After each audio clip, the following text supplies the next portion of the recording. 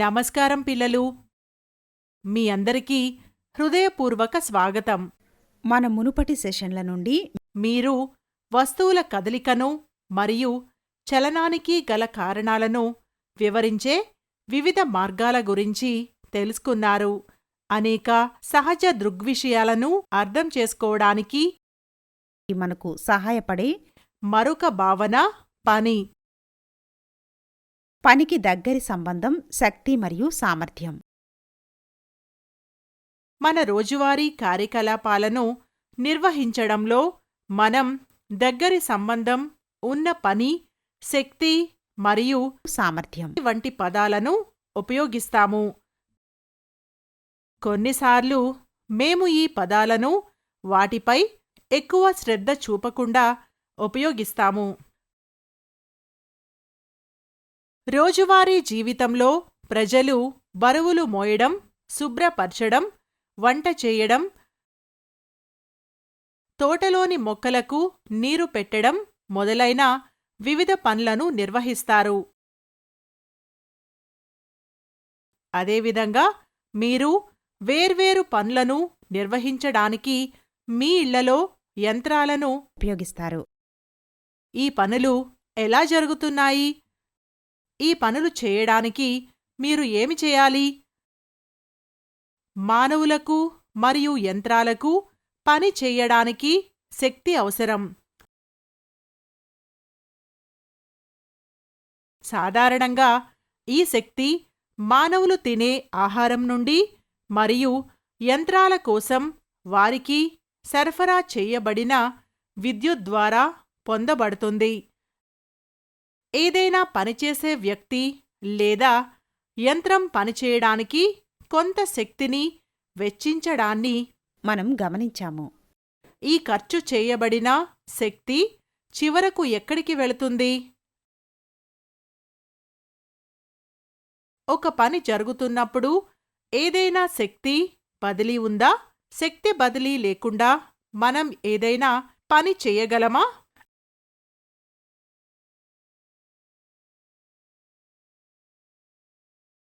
ఈ అధ్యాయంలో మీరు ఈ భావనలను మరింత జాగ్రత్తగా పరిశీలిస్తారు.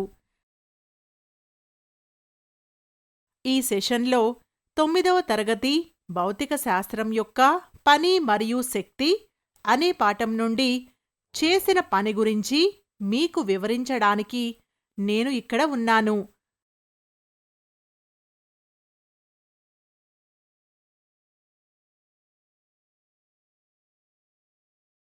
అభ్యాస ఫలితాలు.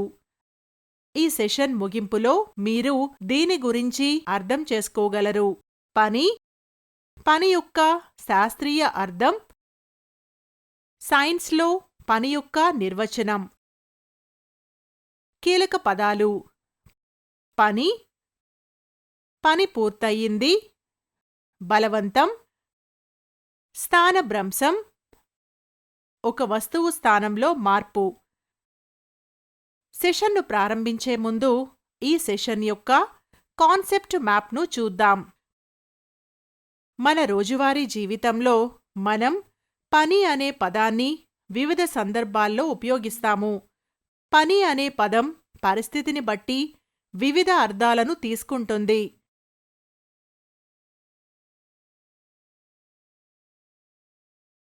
నేను ఫ్యాక్టరీలో పనిచేస్తున్నాను వంటి ప్రకటనలు.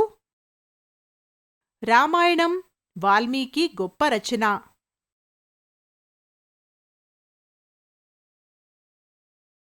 యంత్రం పనిచేసే స్థితిలో ఉంది. ఈ పుస్తకంలో పెద్ద సంఖ్యలో వర్కౌట్ సమస్యలు ఉన్నాయి. వచ్చే ఏడాది ప్రణాళికను రూపొందించుకుందాం మొదలైనవి. మన దైనందిన జీవితంలో పని అనే పదాన్ని ఉపయోగించే విధానానికి మరియు సైన్స్లో మనం ఉపయోగించే విధానానికి మధ్య వ్యత్యాసం ఉంది. ఒక వ్యక్తి పరీక్షలకు సిద్ధమవుతున్న పరిస్థితిని పరిశీలిద్దాం.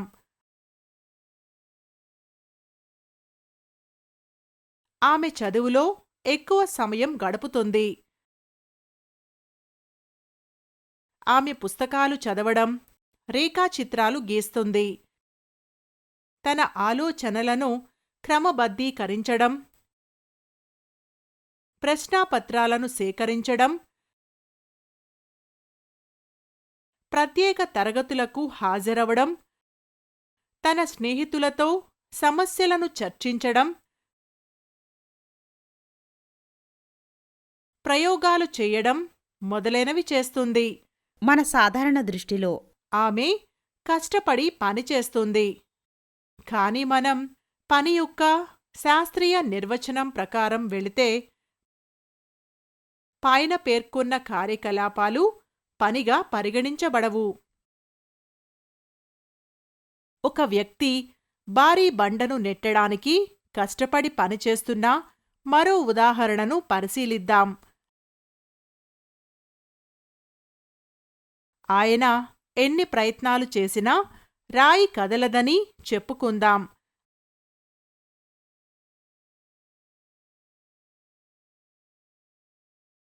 అతను పూర్తిగా అలసిపోయి నీరసించిపోతాడు. మన సాధారణ అభిప్రాయం ప్రకారం అతను కష్టపడి పనిచేశాడు, కాని సైన్స్ ప్రకారం అతను రాతిపై ఎలాంటి పని చేయలేదు. మరొక ఉదాహరణలో మీరు మెట్లు ఎక్కి భవనం యొక్క 2వ అంతస్తుకు చేరుకున్నారని అనుకుందాం. మీరు దీన్ని చేయడానికి కొంత శక్తిని వెచ్చిస్తారు. మన సాధారణ అవగాహనలో మీరు ఏ పని చేయడం లేదు, కానీ సైన్స్ ప్రకారం మీరు భవనం యొక్క 2వ అంతస్తుకు చేరుకోవడానికి చాలా పనిచేశారు. మన దైనందిన జీవితంలో మనం ఏదైనా ఉపయోగకరమైన శారీరక లేదా మానసిక శ్రమను పనిగా పరిగణిస్తాము. కాని పని యొక్క శాస్త్రీయ నిర్వచనం ప్రకారం ఈ కార్యకలాపాలన్నీ పనిగా పరిగణించబడవు, మరియు వాటిలో కొన్ని మాత్రమే పనిగా పరిగణించబడతాయి. పని అంటే ఏమిటి? పని యొక్క సాధారణ దృక్పథం మరియు పని యొక్క శాస్త్రీయ దృక్పథం మధ్య ఎందుకు వ్యత్యాసం ఉంది? మార్గాన్ని అర్థం చేసుకోవడానికి మనము శాస్త్రీయ దృక్కోణం నుండి పనిని వీక్షిస్తాము మరియు నిర్వచించాము. కొన్ని పరిస్థితులను పరిశీలిద్దాం. ఉపరితలంపై పడి ఉన్న రాయిని నెట్టండి. రాయి దూరం గుండా కదులుతుంది. మీరు రాయిపై బలవంతంగా ప్రయోగించారు మరియు రాయి స్థానభ్రంశం చెందింది. ఈ పరిస్థితిలో పని జరుగుతుంది. ఒక అమ్మాయి ట్రాలీని లాగుతుంది మరియు ట్రాలీ దూరం గుండా కదులుతుంది.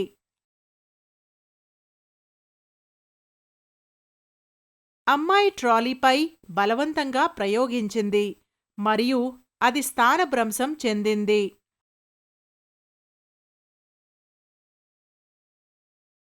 అందువలన పని పూర్తయింది. ఒక పుస్తకాన్ని ఎత్తులో ఎత్తండి. దీన్ని చేయడానికి మీరు తప్పనిసరిగా బలాన్ని వర్తింపజేయాలి. పుస్తకం పైకి లేస్తుంది. పుస్తకానికి ఒక శక్తి వర్తించబడుతుంది మరియు పుస్తకం తరలించబడింది. అందువల్ల పని పూర్తయింది. పైన పేర్కొన్న పరిస్థితులను నిశితంగా పరిశీలిస్తే పని చేయడానికి 2 షరతులు సంతృప్తి చెందాల్సిన అవసరం ఉందని తెలుస్తుంది. 1. ఒక వస్తువుపై శక్తి పనిచేయాలి. మరియు 2. వస్తువు తప్పనిసరిగా స్థానభ్రంశం చేయబడాలి. పైన పేర్కొన్న షరతుల్లో ఏదైనా ఒకటి లేకుంటే పని జరగదు. సైన్స్ కోణం నుండి మనం పనిని చూసే విధానం ఇది. ఒక వస్తువుపై స్థిరమైన శక్తి F పనిచేయనివ్వండి. వస్తువును దూరం ద్వారా స్థానభ్రంశం చేయనివ్వండి. శక్తి దిశలో S. డబ్ల్యూ పూర్తి చేసిన పనిగా ఉండనివ్వండి. మేము పనిని శక్తి మరియు స్థానభ్రంశం యొక్క ఉత్పత్తికి సమానంగా నిర్వచించాము. చేసిన పని శక్తి ఇంటూ స్థానభ్రంశం. W=F/S. ఈ విధంగా ఒక వస్తువుపై పనిచేసే శక్తి చేసే పని శక్తి యొక్క పరిమాణానికి సమానం. అది శక్తి యొక్క దిశలో కదిలే దూరం ద్వారా గుణించబడుతుంది.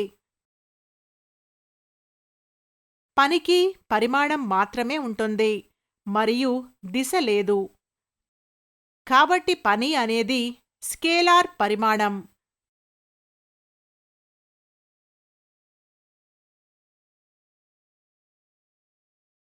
మేము శక్తిని F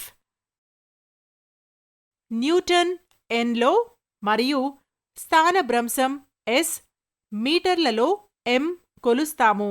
W=Fs సమీకరణంలో F=1 మరియు S=1 అయితే శక్తి ద్వారా చేసే పని In-m అవుతుంది. అందువల్ల పని unit Newton minus metre N-m లేదా జౌల్.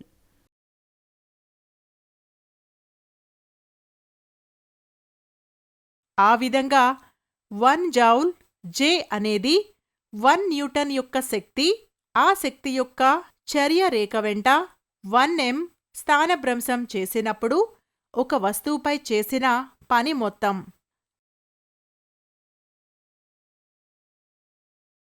వస్తువుపై శక్తి 0 అయినప్పుడు చేసే పని ఏమిటి?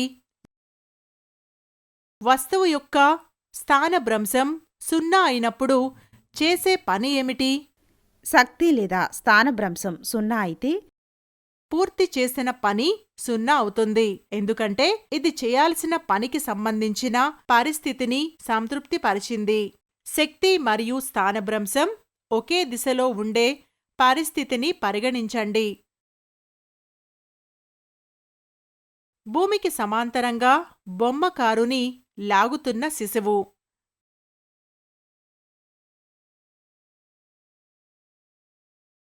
శిశువు కారు స్థానభ్రంశం దిశలో ఒక శక్తిని ప్రయోగించింది. ఈ పరిస్థితిలో చేసిన పని శక్తి మరియు స్థానభ్రంశం యొక్క ఉత్పత్తికి సమానంగా ఉంటుంది. అటువంటి సందర్భాలలో శక్తి చేసిన పనిని సానుకూలంగా తీసుకుంటారు. వస్తువు యొక్క స్థానభ్రంశం దానిపై పనిచేసే శక్తికి వ్యతిరేక దిశలో ఉండే నిర్దిష్ట సందర్భాలు ఉన్నాయి. ఒక వస్తువు ఒక నిర్దిష్ట దిశలో ఏకరీతి వేగంతో కదులుతున్న పరిస్థితిని పరిగణించండి.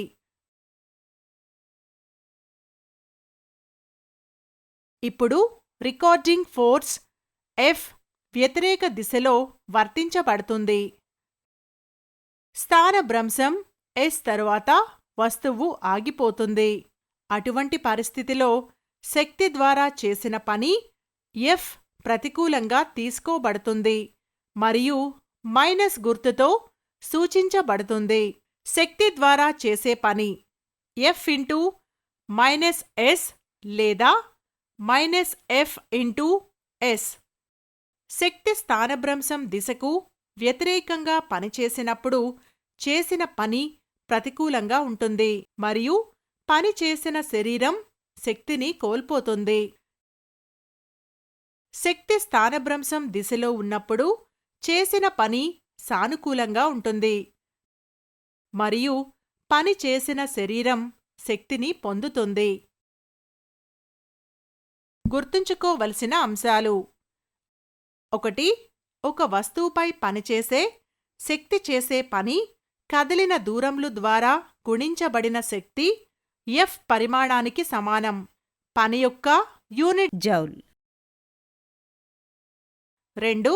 వస్తువు యొక్క స్థానభ్రంశం 0 అయితే శక్తి ద్వారా ఒక వస్తువుపై చేసే పని 0 అవుతుంది. 3. పనికి పరిమాణం మాత్రమే ఉంటుంది మరియు దిశ లేదు, కాబట్టి పని అనేది స్కేలార్ పరిమాణం. 4.